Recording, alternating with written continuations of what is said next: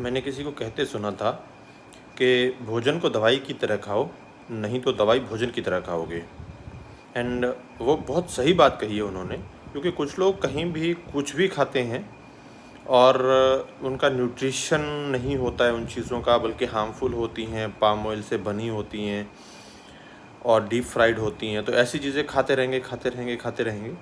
But अगर आप ऐसी चीज़ें ज़्यादा खाओगे, अच्छी मतलब इसका मतलब ये था कि अगर आप जैसे दवाई खाते हो, जितनी ज़रूरत है उतनी खाते हो, अच्छी क्वालिटी की खाते हो, अच्छी कंपनी की लेते हो और उसमें टाइमिंग का भी ध्यान रखते हो कि सही समय पर खानी है, ऐसे ही भोजन भी है वो सही समय पर खाना ज़रूरी होता है। सही क्वालिटी का खाना ज़रूरी होता है, न्यूट्रिशियस वैल्यू होनी चाहिए उसमें, सही क्वालिटी होनी चाहिए। जैसे फ्रूट्स वगैरह अच्छे खा रहे हैं, खाना खा रहे हैं तो प्रॉपर खाना खा रहे हैं, ना कि हम फास्ट फूड या डीप फ्राइड चीज़ें खा रहे हैं।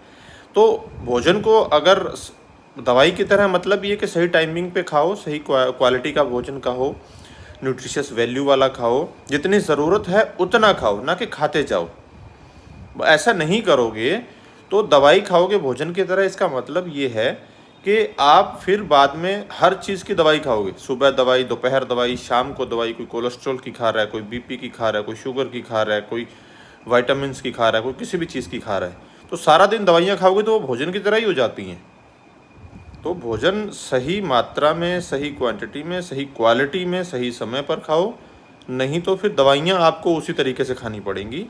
तो बहुत सही बात है ये, और इसको फॉलो करना चाहिए।